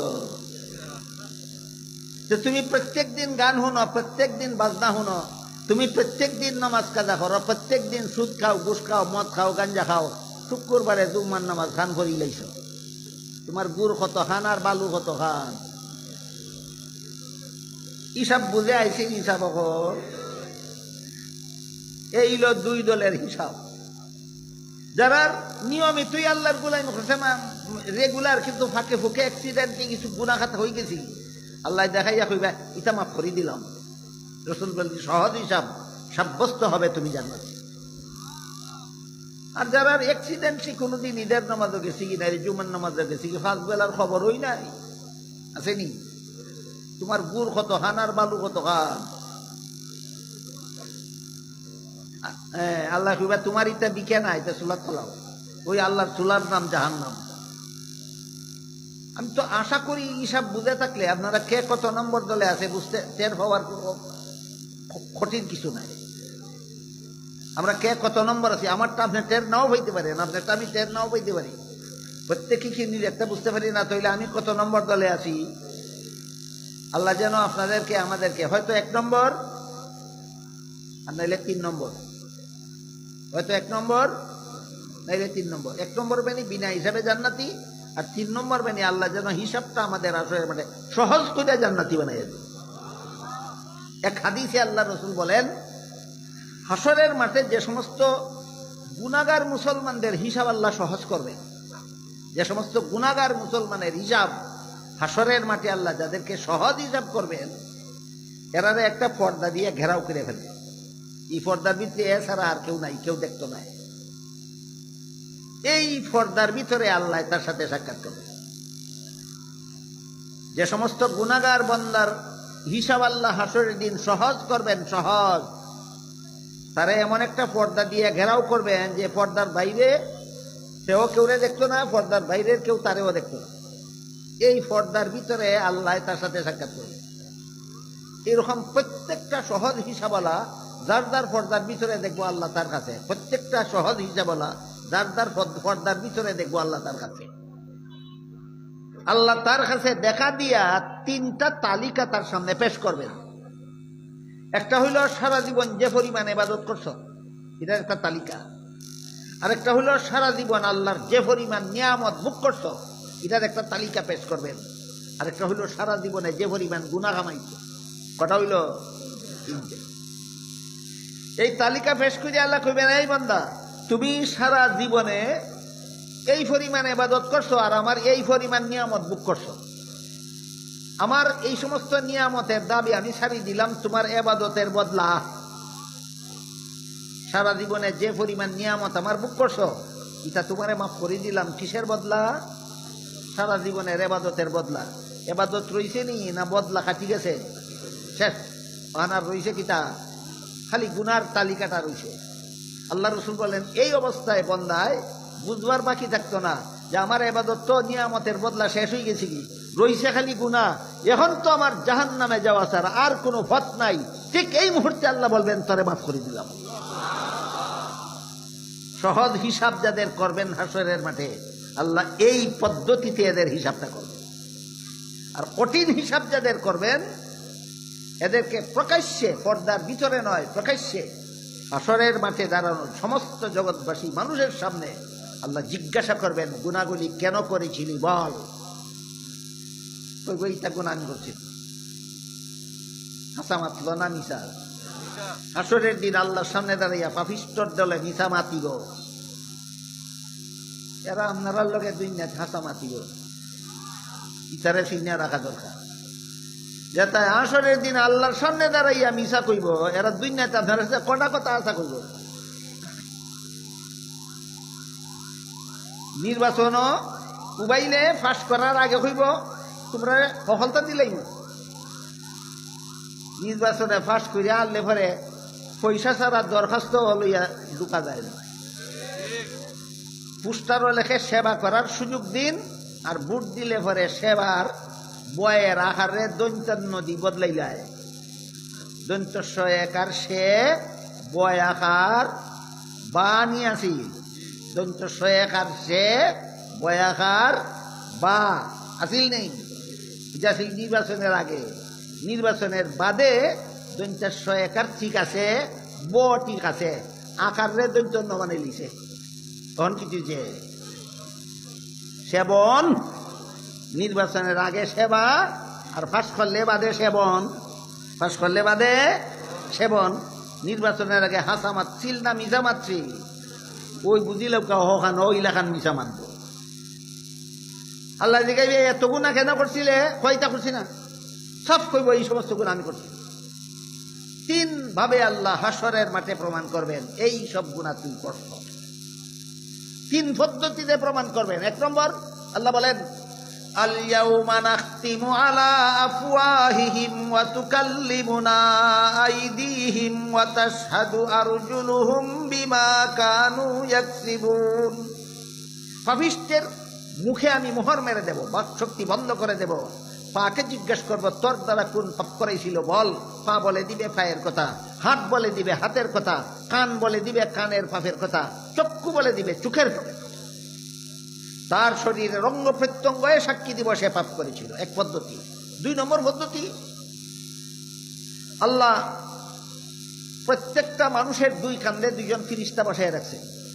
ডান কান্দের ফিরিস্তা সারা জীবনের নেক আমলের সব লিখে রাখে, বাম কান্দের ফিরিস্তা সারা জীবনের বদ আমলের গুনাহ লিখে রাখে। শুনছেন আর কোনোদিন? ওই যখন কইবা পাপ করছি না, বাম কান্দের ফিরিস্তার তৈরি করা সারা জীবনের তালিকা তার সামনে পেশ করা। পেশ করার পদ্ধতি হবে, তালিকাটা ফিরিস্তায় তার সামনে নিলে ডাইন হাত বাড়াইব আতল হইতো, আল্লাহর পক্ষ থেকে ফিরিস্তায় তার ডাইন হাতটারে মুড়াইয়া গাড়ের সাথে বান্ধি দিবেন, আর ডাইন হাত বাড়াইতে পারবে না। এরপরে বাউ হাতটা তার মুখ ছিদ্র করিয়া, মুখ দিয়া ঢুকাইয়া পিঠ ছিদ্র করিয়া পিছন দিক দিয়ে বাইর করিয়া ওইখানে আমল নামাটা দেওয়া হবে। আর গার মস্কাইয়া পিছন দিক দিয়ে নিয়ে বলা হবে ইকরা কিতাবাকা কাফা বিনাফসিকাল ইয়াউমা আলাইকা হাসিবা। কইরা দেখ তোর আমল নামা গুনাহ করছিলে না করছিলে না। দ্বিতীয় পদ্ধতি। তৃতীয় পদ্ধতি হলো আল্লাহ বলেন ইয়াউমা ইযিন তুহাদ্দিসু আখবারাহা বিআন্না রাব্বাকা আওহালাহা। যেই জমিন পাপ করছিল সেই জমিনে আল্লাহর কাছে সাক্ষী দিয়ে দিবে। 3 ভাবে প্রমাণ করে আল্লাহ আবার জিজ্ঞাসা করবেন, এবার বল এই গুনাহগুলি কেন করছিলে? তখন কইব আল্লাহ এই যে তুমি প্রমাণ করছো অতভাবে দুটা গুনাহ আমি করছি, আসলে আমি করছি না, আমারে অমুকে হমুকে তমুকে করাইছে। আগে বুঝিল করছি না, এখন কই অমুকে হমুকে তমুকে করাইছে। কি অমুক হমুক তমুকের বিবরণ অনেক লম্বা, অনেক লম্বা। এর মধ্যে একটা বিবরণ শুনে আপনাদের এক পর্যায়ে গিয়া কইব রব্বানা আতানা সাদাতানা ওয়া কুবারানা ফাযাল্লুনা সাবিলা রব্বানা আতিহিম যিফাইনি মিনাল আযাবি ওয়াল আনহুম লানান কাবীরা। হে আল্লাহ, দুনিয়াতে যে দল করতাম এই দলের নেতা আর নেত্রী যেভাবে কইছে এইভাবে করছি, সব গুনাহ তো কইছি না। আসন্নি ইলাখান দলের সদস্য কর্মী হালাল হারাম বাঁচে না, নেতা আর নেত্রী যেমনি কয় এমনি করে।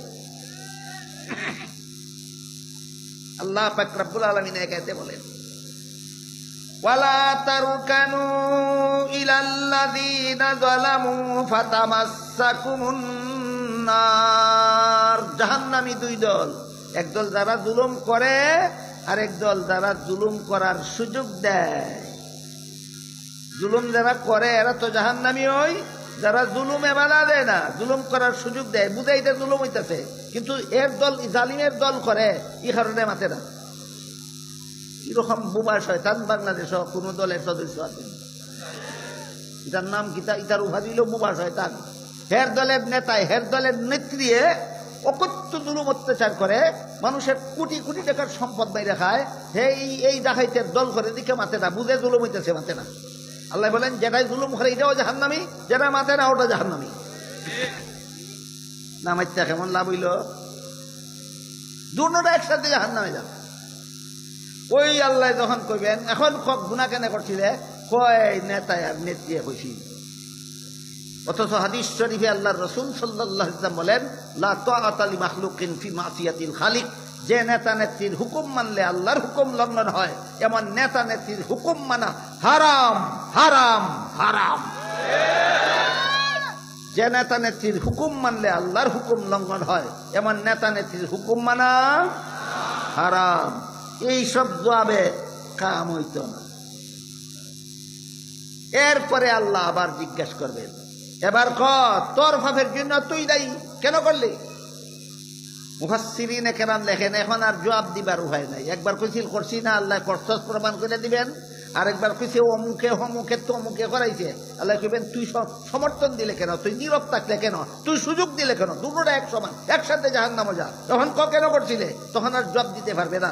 তখন আল্লাহ পাক রব্বুল আলামিন ফেরেশতাদেরকে বলবেন খুযুহু ফাগুল্লুহু সুম্মাল জাহিমা সাল্লুহু সুম্মা ফি সিলসিলাতিন জারউহা সাবউনা যিরাআন ফাসলুকুহ।